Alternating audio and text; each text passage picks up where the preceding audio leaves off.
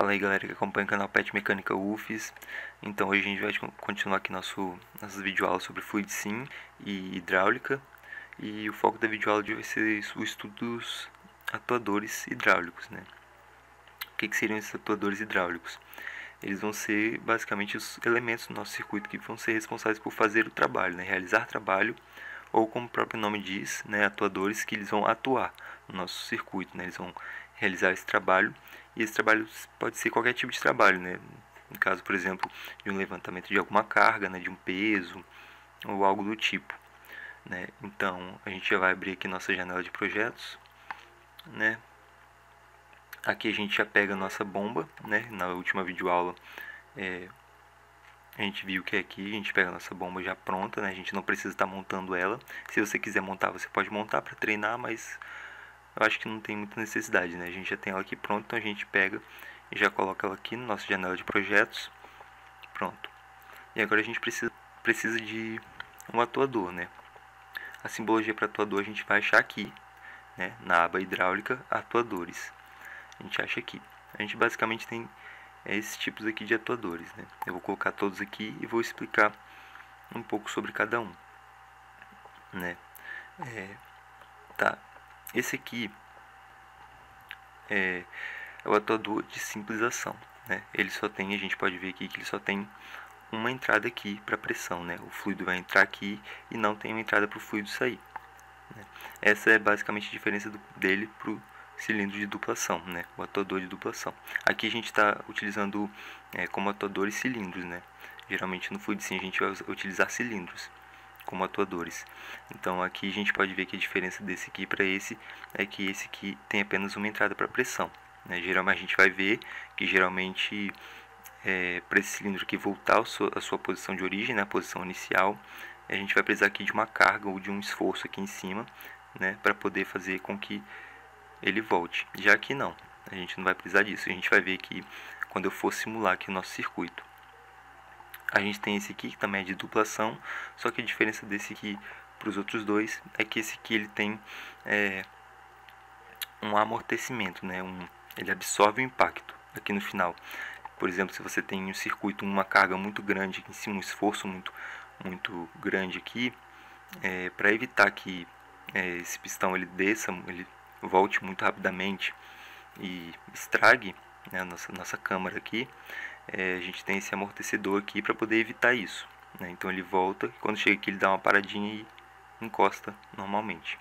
E a gente tem esse aqui também que é o cilindro, né, o cilindro de haste dupla, né? Que a diferença entre eles vai ser que a gente vai ter duas hastes, né? Cada um desses cilindros aqui, desses atuadores, a gente utiliza para uma ocasião, mas o mais utilizado é esse aqui, geralmente, né? Nos nossos circuitos a gente vai mais utilizar o cilindro de duplação, né? Então a gente já pode tirar esse daqui. Eu vou deixar esse aqui só para a gente poder ver um pouquinho da diferença entre os dois, né? Querendo ou não, esses dois aqui são os mais utilizados. Então aqui, vamos tirar esse aqui por enquanto de duplação da nossa janela de projetos, só para a gente poder focar nesse aqui. Tá? Para a gente montar o nosso circuito aqui, simular ele, a gente vai precisar de uma válvula, né? Então a gente vai precisar de uma válvula uma válvula direcional, né, no caso. Então a gente vai vir aqui, né, em válvulas, na aba válvulas e válvula direcional. Eu vou pegar essa válvula mais simples aqui, só para a gente poder montar o nosso circuito aqui, né? A simbologia dela, como funciona cada coisa aqui, vai ser assunto para outra videoaula. Mas isso aqui é só para a gente ter uma noção de como vai funcionar o cilindro aqui, o nosso atuador. Ok. Então a gente já conecta aqui, né? Pressão com pressão, esse P aqui de pressão e tanque com tanque. E já conecta aqui aqui. Essa válvula direcional aqui, como o próprio nome diz, ela vai ser responsável por direcionar o nosso fluido, né? Para onde a gente quer que esse fluido vá, a gente escolhe a válvula de acordo com o que a gente deseja. Então aqui a gente pode ver que os sentidos que o fluido vai fazer em cada uma das posições dessa válvula. Aqui em cima a gente tem, na barra de ferramentas, né, a gente tem todas as ferramentas para a gente fazer aqui o nosso circuito rodar, né? Simular o nosso circuito, né? Só que se a gente tentar simular o circuito assim, vai acontecer um pequeno probleminha, né? Que é isso aqui. O programa nos indica que tem duas conexões em aberto no nosso circuito, né? O que num circuito real não poderia existir, porque senão o fluido, né, que a gente estaria utilizando seria vazado aí para o meio externo. Então a gente vem nessas duas conexões, dá um duplo clique e vem aqui nessa janelinha aqui, ó, e fecha a conexão. Fechou, dá um OK. Vem aqui também em B, fecha, dá um OK. Aí pronto, aqui estão, né, fechadas as nossas conexões. Então agora a gente já pode colocar o nosso circuito aqui para funcionar, para ver o que vai acontecer, né? Como eu falei, esse tipo de cilindro aqui, esse atuador, ele é mais utilizado quando você tem um esforço aqui em cima. Então a gente pode fazer o seguinte, a gente vem aqui e gira 90 graus esse atuador. E aí, o que acontece? Por exemplo, se a gente coloca aqui para rodar sem nenhum esforço aqui em cima, a gente vai conseguir normalmente, né? A gente clica aqui em Start ou F9, né? Start, F9, Pause, F8. A gente já clica aqui, né, para simular. Então, a gente consegue normalmente, né? Aqui, por exemplo, a gente mostra, ó, o fluido está vindo nessa direção aqui, só que ele é direcionado para cá. Só que essa conexão aqui está fechada. Então, o que acontece? O fluido aumentou, o fluido veio para essa parte aqui, aumentou a pressão aqui e a válvula aqui de segurança da nossa bomba abriu. Ela está trabalhando aqui a 60 bar, ela abriu porque a pressão aqui dentro aumentou acima de 60 bar, então ela abriu e está voltando para o tanque.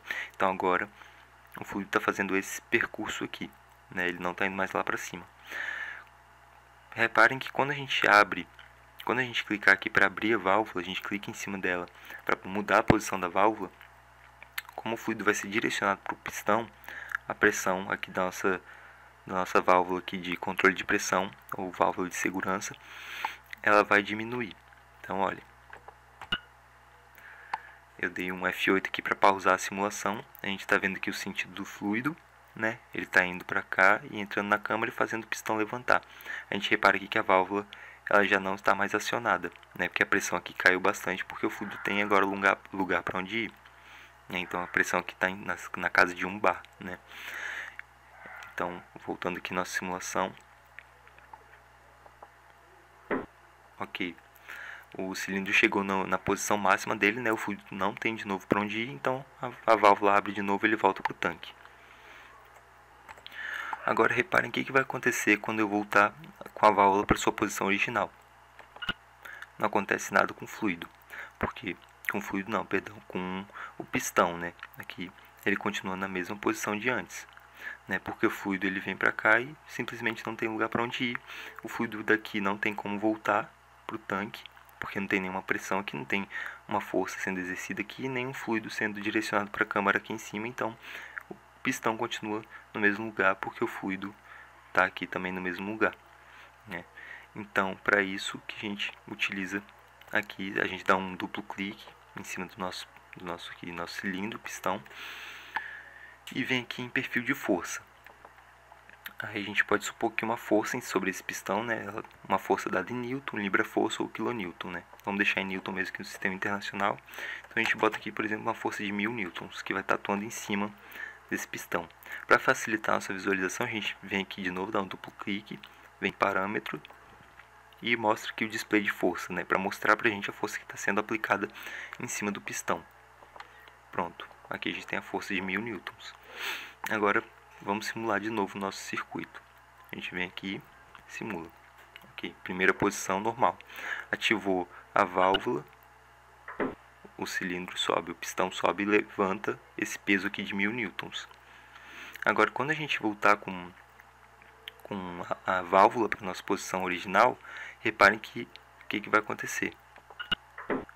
A força aqui, né, força de 1000 newtons, fez com que todo o fluido que estivesse aqui dentro voltasse para o tanque e fez com que o pistão abaixasse. Então, se a gente tenta de novo, ó, subiu, abaixou.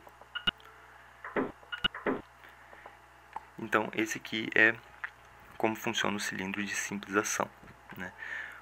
Agora o cilindro de dupla ação, a gente vem aqui, ele vai funcionar da mesma forma, só que agora a gente vai poder aí controlar do jeito que a gente quiser. A gente não precisa de nenhuma força aqui em cima, a gente já vem aqui, ó, em força, ó, já está em 0, né? A gente vem aqui, mostra o parâmetro, pronto, está em 0. Pode até rotacionar aqui para ficar melhor de ver. Abre essa conexão aqui, porque a gente vai precisar dela agora para conectar na outra extremidade. Abriu e agora faz a ligação. Pronto. Agora a gente pode simular o nosso circuito, né? Tá. Normal, né? Aqui a gente pode ver que o fluido ele se direcionou para cá, só que ele veio para essa câmara aqui. Só que não aconteceu nada porque o fluido, o pistão aqui, o cilindro, o pistão já está na posição inicial. Então o fluido só entra aqui e não tem mais para onde ir. Então a válvula se abre aqui. O fluido começa a vir para tanque. A partir do momento que a gente aciona a válvula, o pistão sobe. Repare que não tem nenhuma força aqui. Na hora que a gente volta com a válvula para a posição original, o fluido sobe para essa linha aqui e a própria pressão do fluido faz com que o pistão retorne à posição original, né?